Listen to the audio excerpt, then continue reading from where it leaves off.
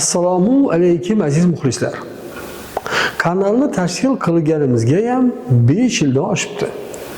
Shu davr ichida kanalga matematikaga doir 1000 dan ortiq uzun videolar, shortslar joylashtirdik. Lekin yaqin oylardan beri uzun videolarni to'xtatib faqat shortslarni joylayapmiz.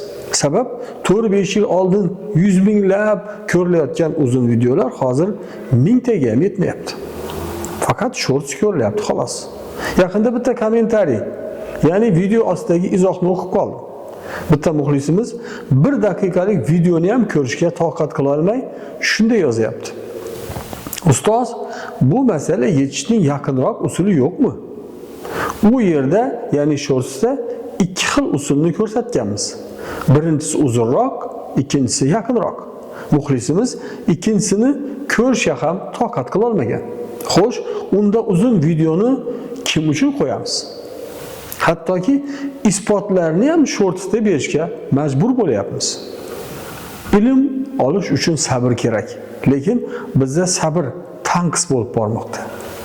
Payg'ambarimiz Rasululloh sallallohu alayhi va sallam Chindan borib bo'lsa ham ilm o'rganing deganda dunyoviy ilmni nazarda tutganlar. Demak, dunyoviy ilmni o'zlashtirmas, o'rganmas ekanmiz, bobolarimiz bilan faxrlanishdan naryoqga o'ta olmaymiz. Mening maqsadim o'zimizdan keyingi avlodlarimiz uchun biror kerakli manba qoldirish. Xolos. Biz 5 yil davomida ijoddan to'xtamadik. Kreativ g'oyalarimiz hali ko'p.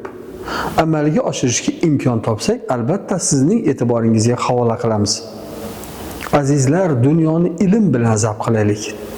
Telegram guruhimiz silkasini video ostida qoldiraman. Sizni qiziqtirgan jozibador masalalar yechishga tayyormiz. Ularni YouTube kanalimizda joylashtiramiz. Ko'p gapirgan bo'lsam uzr. E'tiboringiz uchun rahmat. Sog', salomat bo'linglar.